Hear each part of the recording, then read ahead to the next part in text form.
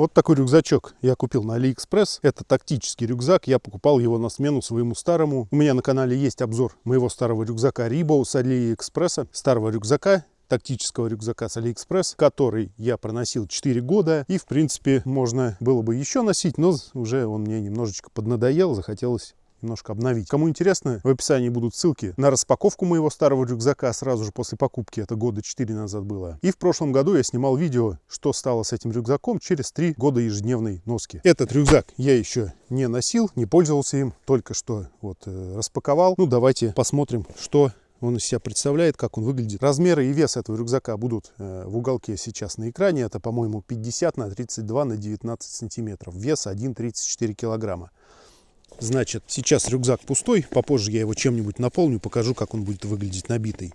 Вот уже немножко испачкался. Ну ладно, с самого большого отделения начнем. Здесь оно одно, здесь рюкзак не делится на два таких, одно побольше обычно делаю, другое поменьше. Здесь одно вот такое большое отделение. Вот таким образом он, как чемодан, раскрывается, что удобно при упаковке рюкзака. Если нужно много всего очень компактно сложить, можно вот так открыть и упаковать. Рюкзак больше, чем у меня был. Мне это как раз и нужно было, чтобы он был чуть больше. Прям идеально подошел мне по размеру. Значит, внутри здесь нет никакого слоя. Здесь вот такая ткань. Обычно покрывают таким водонепроницаемым слоем, который после стирок начинает шелушиться, осыпаться. Вот здесь такого нет. Ну, как написано на сайте у продавца, рюкзак чем-то пропитан. Значит, вот этот материал — это нейлон 1000. Сзади у нас есть вот такой кармашек. Вот он идет по спинке, начинается вот здесь вот, чуть выше середины. Рюкзак имеет мягкую спинку. Ну, в принципе, он весь вот, можно его в комок вот так вот скомкать в комок. Вот он, очень мягкий. Спинка тоже мягкая, кому нужна жесткая спинка. Ну, мне, например, она нужна, мне удобнее так. Можно из пенки, из походной пенки вырезать кусок вот по всей спинке. Значит, вот мой старый рюкзак. Здесь у меня тоже была спинка мягкая. Но здесь сзади есть вот такой кармашек, есть сзади вот такой. Сюда я положил просто стандартную пенку. Но даже здесь она у меня не по всей спинке вот не доходила. Сюда она, конечно же, будет очень мала. Вот. Ну, можно вырезать под свой размер, и спинка станет чуть потверже. Можно, там, не знаю, из толстой пенки, они бывают разные, пожестче там выбрать, или в 2 слоя. Значит, со спинкой закончили. Давайте посмотрим, что здесь. Здесь у нас находится вот такое отделение на молнии. Вот так открывается, закрывается. Так, значит, вот оно. Сюда можно какие-то класть мелкие вещи. Здесь сеточка. Я на самом деле эти сетки не люблю. У меня в том рюкзаке она вся порвалась, вся в дырках была. Ну, здесь она так на ощупь пожестче, чем в том рюкзаке. Но я сам виноват. Я клал сюда мультитулы, всякие тяжелые вещи, такие с уголками, которыми эта сетка цеплялась. Ну, в принципе, и порвал ее. Не знаю, как здесь. Ну, буду поаккуратнее уже с ней обращаться. Вот. Вот такое отделение. Здесь на задней спинке никакого такого маленького отделения уже нет. В том рюкзаке оно у меня было. В принципе, оно мне очень даже нравится. 2 собачки вот эти вот с молниями закрываются вот так раз наверх. Молнии на вид, ну, на вид такие довольно крепкие. Вот в том рюкзаке, ну, молнии такие же с виду были. Я тяжелый рюкзак вот так просто за вот эту вот висюльку поднимал и закрывал. Ну, одной рукой держу вот за эту висюльку, другой закрываю. Ничего, молния до сих пор цела. Вот тот рюкзак у меня крепкий. Вот. И тяжести в нем таскал, и все. Ничего вообще не порвалось, не растянулось. Дальше, значит, передняя часть рюкзака. Здесь у нас сверху кармашек. Такой маленький, ну, как обычно во всех рюкзаках. Тут что-то, какую-то мелочь можно класть. Значит, чуть ниже у нас вот такой карман. Так, маленькое отделение. И в нем же, за этим кармашком маленьким, вот такое чуть побольше. Так, это у меня точилка Атлантский, точнее Мусат, это будет другой обзор уже. Вот такое отделение. Здесь у нас вот есть такие вот 2 отдельчика, поменьше и одно большое. Можно сюда, я не знаю, там повербанк засунуть, сюда какие-то 2 ножа, например, Ну или фонарики, там, ручки, что угодно. Вот мультитул Leaderman Super Tool 300. У меня есть обзор на этот мультитул. Кому интересно, также я ходил с этим мультитулом в официальную гарантию, в официальный сервис-центр. Мне его заменили на новый абсолютно без вопросов. Тоже у меня есть видео. Кому интересно, можете посмотреть. Вот сюда он. Раз. Вот. Вот так вот он сюда хорошо входит. Так. Ну, нож, конечно, не войдет. Это Мора у меня компаньон. На нее тоже будет обзор. Так, где она у меня? Вот она. Сразу скажу, хороший нож, но продукты режет плохо. В обзоре все покажу. С этим отделением разобрались. Что еще по внешнему виду? Давайте сначала все отделения посмотрим, потом уже про внешний вид. По бокам у нас есть кармашки, но есть в них один недочет, по моему мнению личному. Вот мне очень нужны были боковые кармашки. Я вот с ними выбирал как раз рюкзак. Давайте откроем. Вот так они полностью открываются, откидываются. Ну, вроде бы все хорошо. Кармашек такой большой. Не знаю, сюда зонт влезет или нет. Но если выбрать зонт под этот карман, то какой-то влезет. Бутылка Nalgene. У меня есть тоже на канале обзор на нее, кому интересно. Вот, посмотрим, влезает. О, бутылка влезает. Прям четко. Так, раз, прям под нее как будто сделано. Вот это вот хорошо. Так, ну вот еще что я заметил. Одну вещь интересную. Вот в этом отделении боковом у меня бутылка с водой. А место она занимает не в боковом отделении, а внутри рюкзака. Видите, из-за этих мягкой вот этой прокладки, что карманы как бы фейковые получается. Если бы они были пришиты сбоку, полноценные такие карманы как бы, то все было бы нормально. А так получается ты кладешь в рюкзак просто сбоку. Вот такие дела. Не прибавляет объема как бы к рюкзаку, потому что он просто вырезано из боковины рюкзака, вырезана такая вот. Кстати, также есть обзор на вот эту крышечку. Я покупал ее отдельно. Это дополнительная крышка с дополнительной пробкой. Вдруг кому будет интересно. Все видео, все обзоры на все эти вещи у меня есть на канале. Также чехол под нее. Да и на этот топор тоже у меня есть обзор. В общем-то, на все, что я показываю в своих видео, у меня есть обзоры на моем канале. Что мне здесь очень не понравилось. Если каким-то чудом производитель увидит это видео, ну не делайте так вот. Здесь подкладка из какого-то материала вот такого, ну как зонты делают, вот этот материал, плащи, дождевики там. Ну вы поняли, да? Это плохо. Этот карман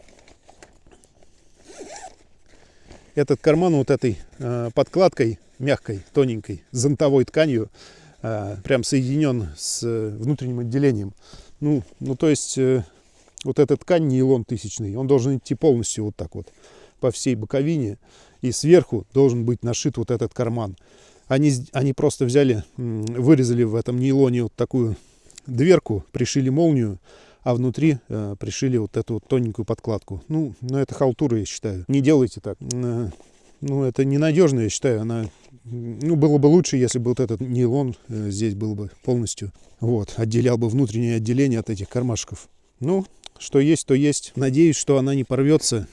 Здесь вот я уже посмотрел все швы, ну, вроде бы на вид претензий нет, прошито вроде бы качественно. Но как это будет себя вести при нагрузке, когда рюкзак будет тяжелый, не знаю, растянется, не растянется. В том рюкзаке у меня ничего не растянулось. Тот рюкзак от Рибо был. Вот такой вот у меня есть, такое замечание к производителю этого рюкзака. Если вот это было бы сделано, вот как я сказал, вообще рюкзак был бы идеальный. Я ожидал, это может быть кому-то это без разницы, я ожидал вот как раз немного другого, поэтому ожидания мои немного не оправдались. Ну ладно, будем пользоваться, посмотрим, что будет с ним дальше. Кстати, такая же история вот с верхним отделением. Вот здесь тоже вот эта вот ткань не полностью идет нейлон, а вот вырез и вот эта тоненькая ткань. Вот вы же сделали вот в этом отделении. Так. Вот здесь полностью идет, на вот этой стенке полностью идет нейлон, и этот карман нашит сверху. Ну почему вы вот сделали на боковых отделениях вот эту вот зонтовую ткань, я ее так называю. Вот здесь в маленьком отделении оно отделено от этого тоже вот этой тканью зонтовой, так ее назовем. Вот это, конечно, было бы намного качественнее и надежнее, если бы это все было, как я уже сказал. Вот, ладно, с этим закончили. Ну здесь я не буду уж показывать, ну что то же самое отделение. Точно так же все устроено, так же открывается. Такая же молния. Так, все отделения вроде бы посмотрели.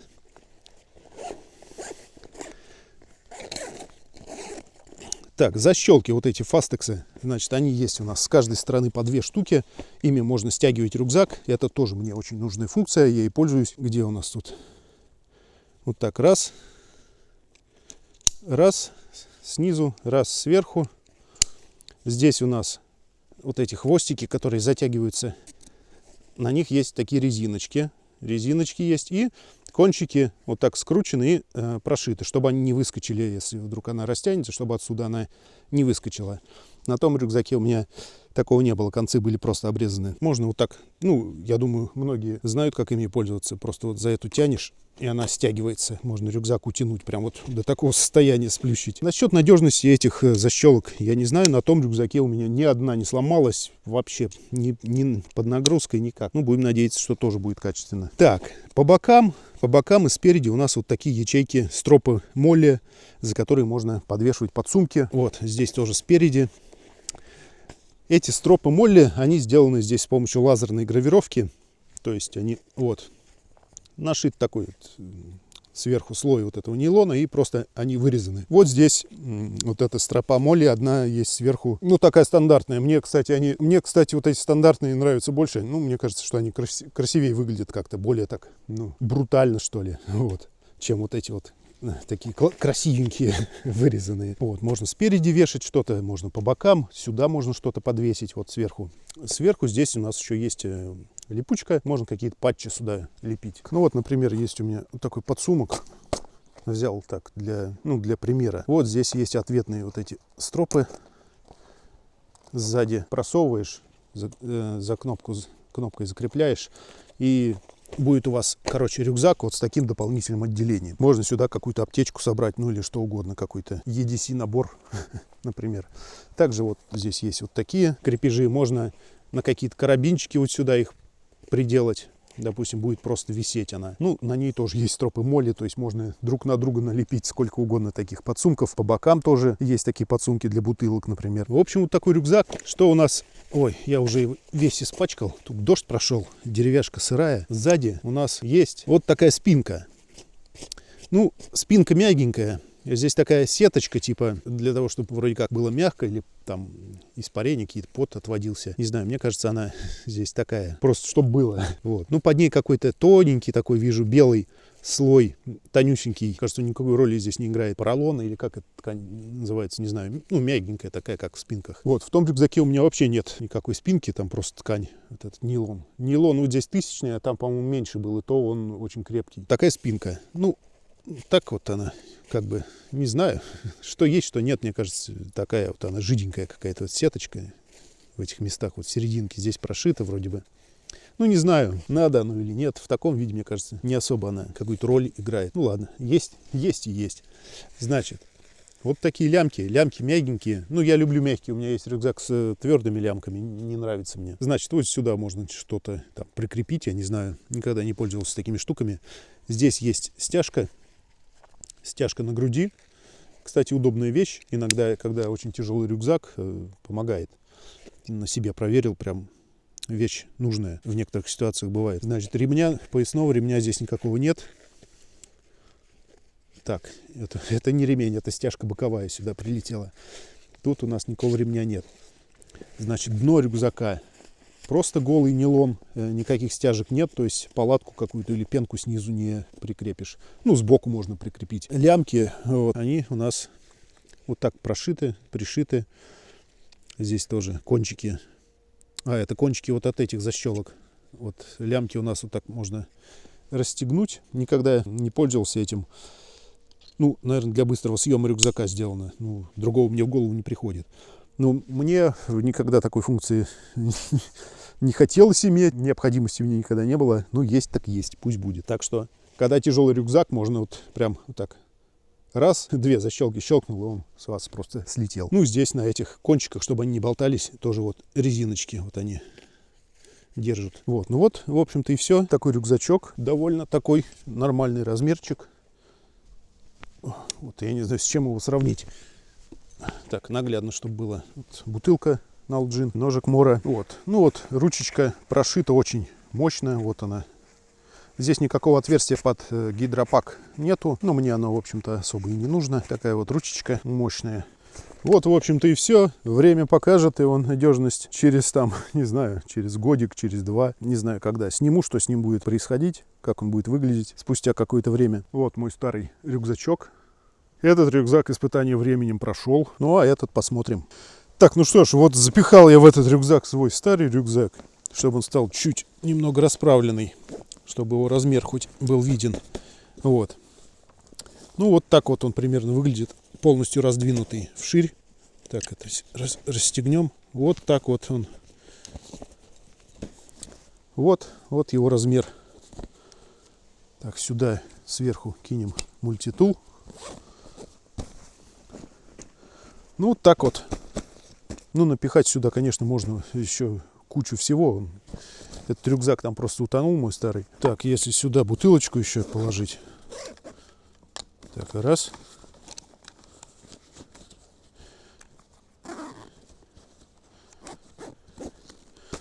Так, вот бутылочка, она выпирает, конечно. Ну, можно сюда, конечно, наложить очень-очень много. Это даже в однодневный поход какой-то можно, такой небольшой. Ну, я, в принципе, его для города себе покупал. Люблю большие рюкзаки. Вроде бы не особо надо, но когда понадобится, очень помогает. Ну, а когда большой рюкзак не нужен, просто берем и вот так его стягиваем вот этими защелками. Так, раз, стянули ее вот так вот. Он уменьшился, и все, нет проблем.